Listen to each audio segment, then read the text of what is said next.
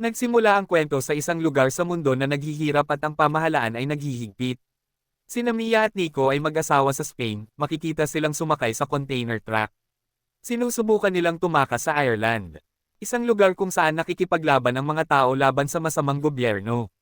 Napakahalaga nito para kina Mia at Nico dahil pinatay ng mga pulis ang kanilang unang anak na babae.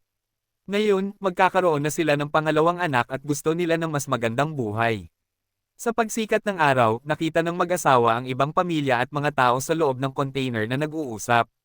Ngunit pagkatapos, may hindi inaasahang mangyayari. Bumukas ang pinto ng container, at maraming tao ang pumasok sa loob na aksidenteng natulak si Mia.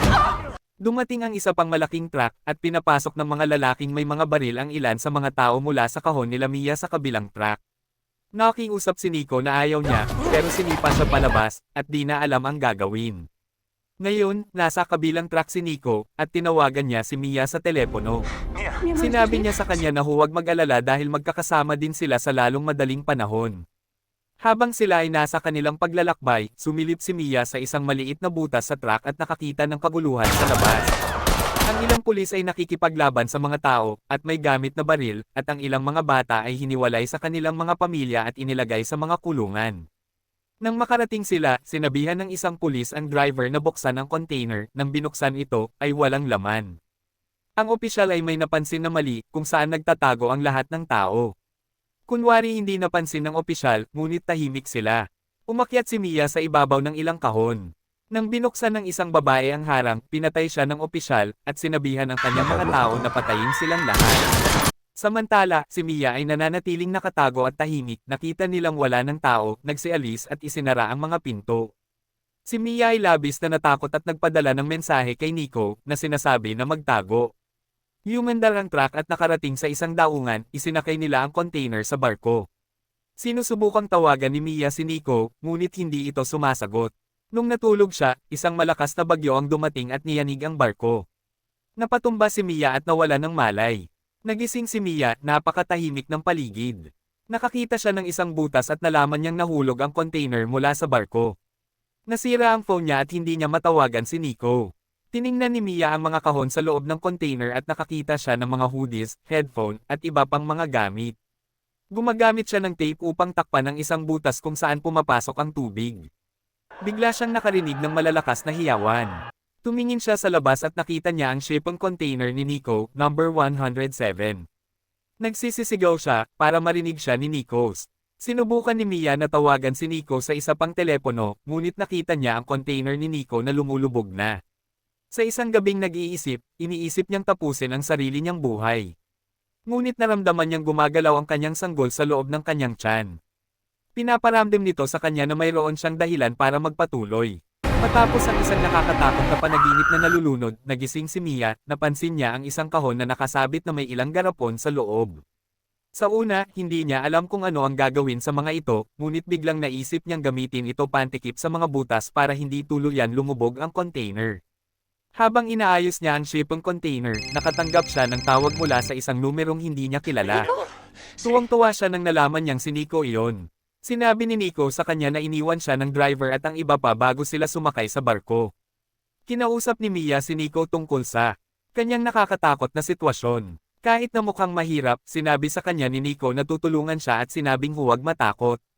Sinabi nila na mahal nila ang isa't isa at ibinaba ang tawag, at nangako si Nico na tatawag siya muli sa lalong madaling panahon na may planong iligtas siya. Lumipas ang ilang araw, at gumagawa si Mia ng pagkain gamit ang mga bagay na nahanap niya sa mga kahon. Ngunit hindi ganoon kadali ang mga bagay para kay Mia. Isang araw, nang may malaking bagyo, napaanak si Mia sa kalagitnaan ng bagyo.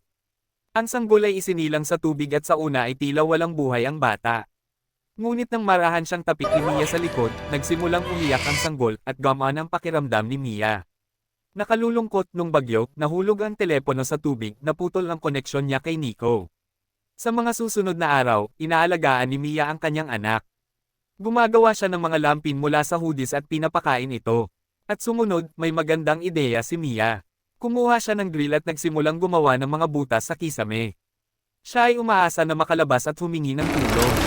Ngunit, huminto sa paggana ang grill bago siya makatapos, at nakaramdam ng pagkabigo si Mia. Galit, itinapon niya ang lahat sa tubig. Pagkatapos, natuklasan niya ang Swiss knife. Ang kutsilyo ngayon ay nagbibigay sa kanya ng kaunting pag-asa. Isang araw, kumain ng sobra si Mia at naubos lahat ng pagkain niya. Sa sobrang gutom ay kailangan niyang kainin ang kanyang plasenta. Maya-maya, nakarinig siya ng malakas na tunog sa labas. Tumingin siya sa isang butas at nakita niya ang isang malaking halimaw sa dagat na umaatake sa container. Natakot si Mia at ang kanyang sanggol, ngunit hindi na muling umatake ang halimaw. Habang tumatagal, nauubusan na ng tubig si Mia para makainom. Sinimulan niyang dilaan ang maliliit na patak ng tubig mula sa kisame ng container. Mas lumala ang sitwasyon nang naputol ang Swiss knife at nagsimula siyang mawala ng pag-asa. Naalala ni Mia ang kanyang unang anak na babae, si Uma, at pagkatapos ay natulog siya. Sa kanyang panaginip, binato siya ni Uma ng isang eroplanong papel at sinabing kasalanan niya ang pagpayag niyang maglaro sa labas, na naging sanhi ng pagkamatay ni Uma, at dumating si Nico at sinabi kay Mia na hindi niya kasalanan, na nagpapagaan ng pakiramdam niya. Paggising ni Mia, umuulan, at masaya siya dahil makakainom siya ng tubig ulan. Umiinom siya at nilagyan ng tubig ulan ang mga lalagyan. Pagkatapos, nakita niya ang walang laman na lata ng tuna at nakaisip siya ng paraan. Sinubukan muling ituloy ang ginagawa niyang pagbutas, gumamit siya ng lubad para hilahin ang nagawang butas, hinailan niya ito ng paunti-unti, at tuluyang nabuksan. Napakasaya niya at lumabas siya kasama ang kanyang anak na babae, ninanamnam ang sariwang hangin at araw. Pinalitan ni Mia ang lampi ng kanyang sanggol at itinapon ito sa karagatan. Nakita niya na ang mga isda sa tubig ay kinakain ng dumi. Sinubukan ni Mia na manghuli ng isda gamit ang isang bakal na sibat, ngunit hindi ito umubra. Habang nasa ibabaw siya ng container, nakita ni Mia ang isang eroplano sa kalangitan. Pumasok siya sa loob upang humanap ng isang may kintab na piraso ng salamin upang malaman na nandoon siya at humingi ng tulong. Nagmamadali siya at hindi sinasadyang nahiwa ang binti sa kanyang ginwang butas. Nagsisimula itong damyogo. Sinubukan ni Mia na senadoryasan ang eroplano gamit ang salamin, ngunit hindi siya napansin ng eroplano. Bumalik si Mia sa loob at gumawa ng karayom. Ginagamit niya ito para tahiin ang hiwa sa kanyang binti kahit masakit.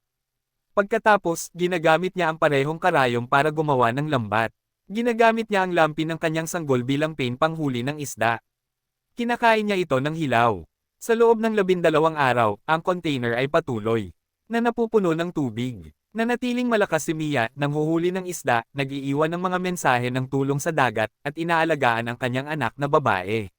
Nag-aalala siya, ngunit nananatiling umaasa sa tawag ni Nico sa kanyang sirang telepono. Sa gabi, habang nasa labas si Mia, nagriring ang kanyang telepono. Nakakalungkot ang nalaman. Hindi makakapunta si Nico para iligtas siya. Hiniling niya kay Mia na ay pangako niya na ililigtas niya ang kanyang sarili. Sinabi ni Nico na sumakay siya uli sa isa pang container ngunit nahuli siya. Siya ay binaril habang sinusubukang tumakas, duguan na siya at nagpaalam na kay Mia. Ang balitang yun ay nagpalungkot kay Mia. Patuloy na humihingi ng paumanhin si Nico dahil wala siya roon at hindi siya iligtas.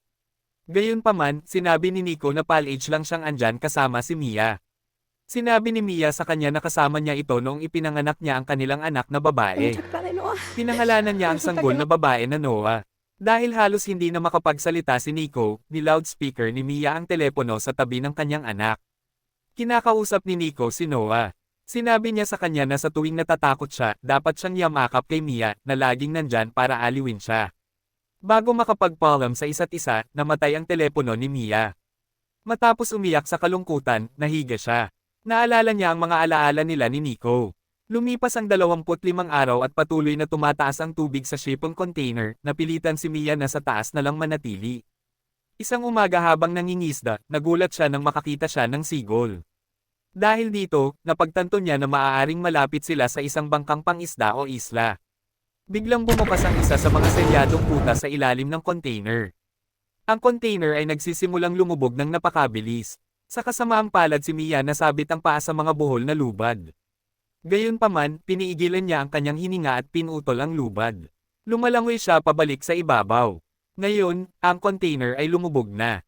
Alam ni Mia na si Noah ay nasa ibabaw ng tubig dahil ginawa niya ito ng pansamantalang bangka, sumigaw si Mia at lumingon sa paligid para sa kanyang anak. Biglang, isang balyena ang dumaan sa ilalim ni Mia at lumabas malapit kay Noah. Ang balyena ay nag-spray ng tubig mula sa blowhole sa tapat ni Noah at nagsimulang umiyak si Noah. Narinig ni Mia ang pag-iyak ni Noah at lumalangoy palapit.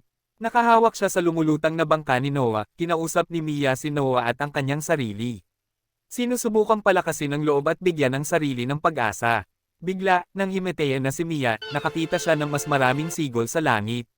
Di nagtagal, nakita ng isang babae na sakay ng bangkang pangisda ang mga sigol na umiikot sa isang bagay sa tubig. Sinabi niya sa iba na iliko ang bangka patungo sa mga sigol. Pagdating nila doon, nakita ng ginang ang lumulutang bangka. Sa loob ng bangka, ligtas at maayos si Noah. Hindi makapaniwala ang babae sa kanyang nakikita. Tumingin siya sa bangka at nakita niya ang isang lubid na nakatali dito. Hinailan niya ang lubid at nakita si Mia sa tubig. Agad namang inakyat ng babae si Mia sa bangka. At nagkapor. Sa kabila ng kanyang walang humpay na pagkapor, hindi nagigising si Mia. Halos hindi na sumubok ang babae. Pagkatapos ay tumingin siya kay Noah at alam niyang kailangan ng sanggol na babae ang kanyang ina. Dahil dito, patuloy na sinusubukan ng babae na iligtas si Mia. Himala, nagising si Mia. Siya ay nalilito sa una at mabilis na hiningi ang kanyang anak na babae. Hindi pa rin niya lubos na naiintindihan ang nangyayari. Hinawakan ni Mia si Noah at nagsimulang tumingin sa paligid. Nakita niya ang anak ng babae, at nakatulong ito sa kanya na maunawaan ang sitwasyon. Alam ni Mia na sa wakas ay ligtas na sila ni Noah. Pagkatapos ay dinala sina Mia at Noah sa Ireland. Ito ang tanda ng pagtatapos ng kanilang mahaba, mahirap na paglalakbay. At doon na nagtapos ang kwento, at kung gusto nyo ang ganitong klase ng content, like, comment below at subscribe na at i-ring nyo na din ang notification bell para ma-update kayo sa mga susunod na istorya ni Potato Recap. Thank you guys for watching.